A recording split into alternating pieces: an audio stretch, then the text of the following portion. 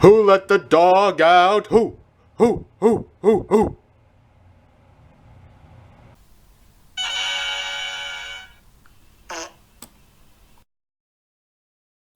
Hello people of the interwebs, this is Luke Moore back with a new review.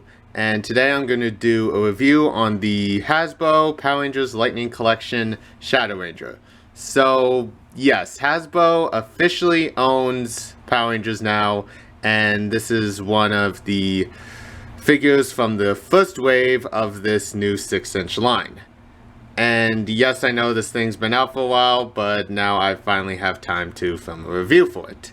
So before we get into the figure, let's take a look at the packaging, which is really cool looking. It reminds me of SH Figuarts packaging. On the top, it's just a flat color and this little thing so it could hang on the racks.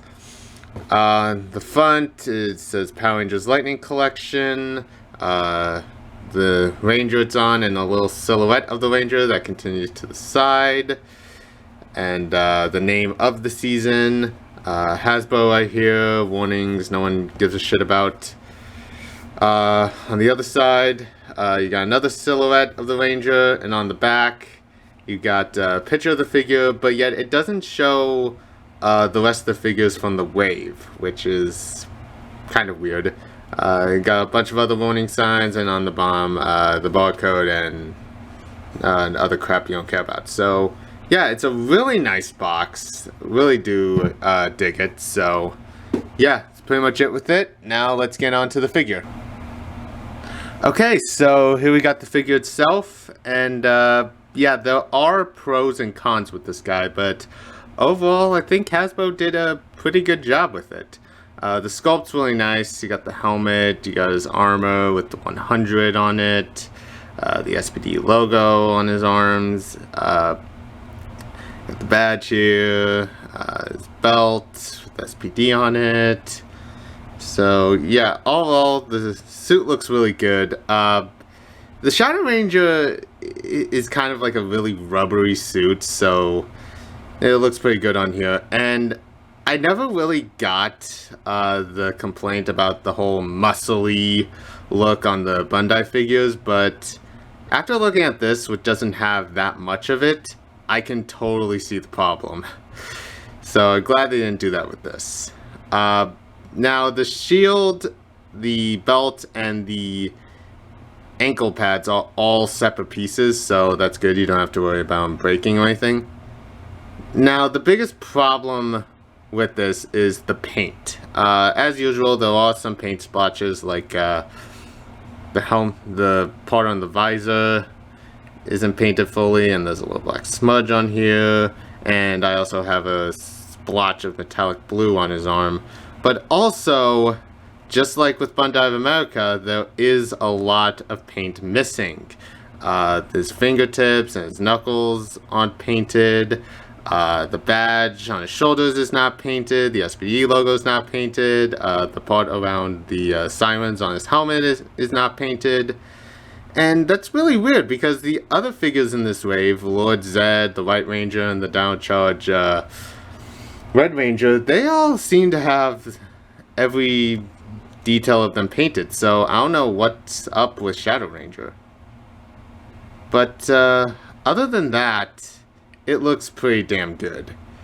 So yeah, the sculpt's really nice. Now let's get into the articulation with him. And the articulation on him is actually pretty nice.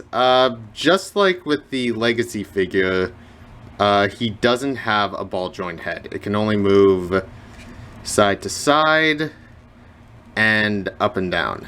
And that's it. It can't like tilt side to side, unfortunately. The arms have a ratchet joint, so it can move up and down, forward and back. And it also has a pretty cool butterfly joint, so you can not only move it forward, but you can also move it back. So it has a double butterfly joint, which is actually really cool. He's got a bicep swivel here. He does have double joint elbows, however, they're not even. Like, if you move the bottom part, the top part doesn't move all that much, and then when you move the top part, the bottom doesn't move that much, so they don't move equally. So It's really unfortunate. His wrists are on a swivel, and they can also hinge, but they can't move up and down, fortunately. The waist is actually on this pretty cool ball joint, so it can go all around. And he also has waist bend, not waist swivel, but it works. The legs can move outward, it can move forward, and can't move back much because how they sculpted the butt. His cheeks kind of block his legs, so that's kind of unfortunate. And he also has a thigh swivel. Yeah. And he has double jointed knees, which actually work a lot better than the arms. These kind of remind me of the double joints on the Diamond Select Tron figures. And he's got an ankle pivot, and it could bend. However, it is very stiff, and it kind of gets scary to move. So, yeah. Overall, the articulation is pretty nice. It could be a lot better, but overall, it gets the job done. So, yeah, that's pretty much it with that. Now, let's move on to the accessories. Okay, so going over the accessories now, he does come with quite a bit. First up, we got his morpher, which looks very nice. It's got SPD on it and little details right here. But unfortunately, it is mirrored. The slider is actually supposed to be on this side. So that's really unfortunate, but other than that, it does look really good.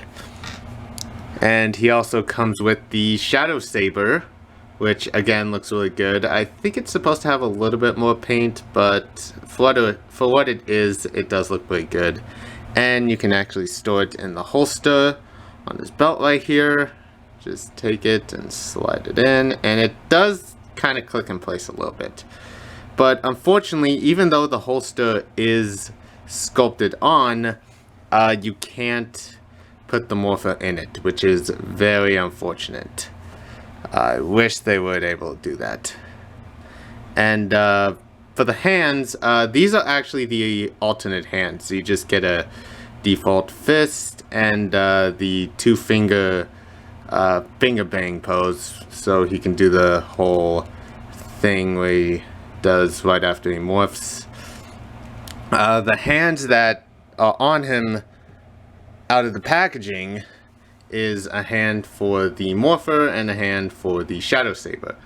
And as you can see, the peg here is very thin and long, so you gotta be very careful when you're interchanging.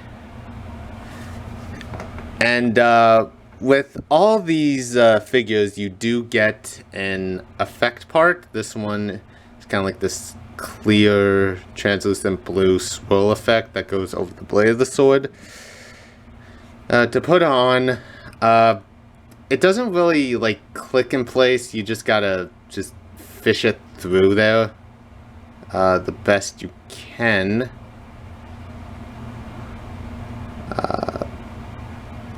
Like that. So yeah, you got this. I'm personally not going to be using it, but it's nice that they give it to you, I guess. And with all the Ranger characters, you do get a civilian head. You get a neck piece for Dog Cougar, which doesn't really make sense because when they have their helmets off, their necks are covered by the collar piece, but I think it actually works for Doggy. And of course you also get Cougar's head, and it's painted really nice. The detail is really good. Yeah, there's dreadlocks here. Now, one thing I didn't know about Doggy Cougar is that, as you can tell, his iris is white and the outer part is black. I thought that the pupil and the iris was eyes and the black part was just like eyeliner, but no, that's not the case whatsoever. So kind of looks weird now, honestly, but it still looks good, no less. And I'll show you how to interchange them in a bit. So, to change the parts, all you gotta do is just pull out the hand and then put the sword-wielding hand in. Again, the ports are very thin, so be careful. And then take the sword, I think he holds it this way, and then just plug it in there. There you go. Now he's holding saber. Yeah, I think the effect bar is making it a little bit top heavy.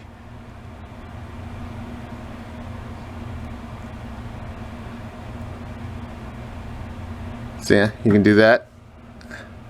Stay. Whatever. And for the head, all you gotta do is pull it off. And put the neck piece in like this with this lip. It's facing down. And I think it is supposed to like go inside of the armor, but I haven't managed to do that yet. And then pop the head in.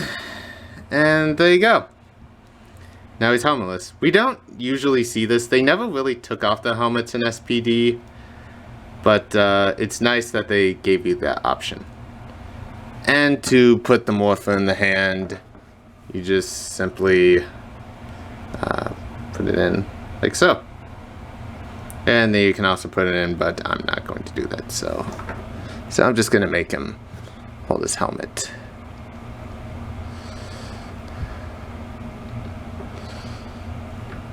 Like that. That looks very cool. So yeah, that's pretty much it for the accessories. Now let's get into some little bit of size comparison. Okay, so I don't have any of the SH Figuarts Power Rangers SPD figures because they're old and a little bit pricey, but I do have something that's right around the same height, the SH Figuarts Itachi. Now as you can see, he is a bit taller than them, so the Rangers are going to be shorter, but considering that Doggy Kruger just towers over everyone, I think it works out in this case.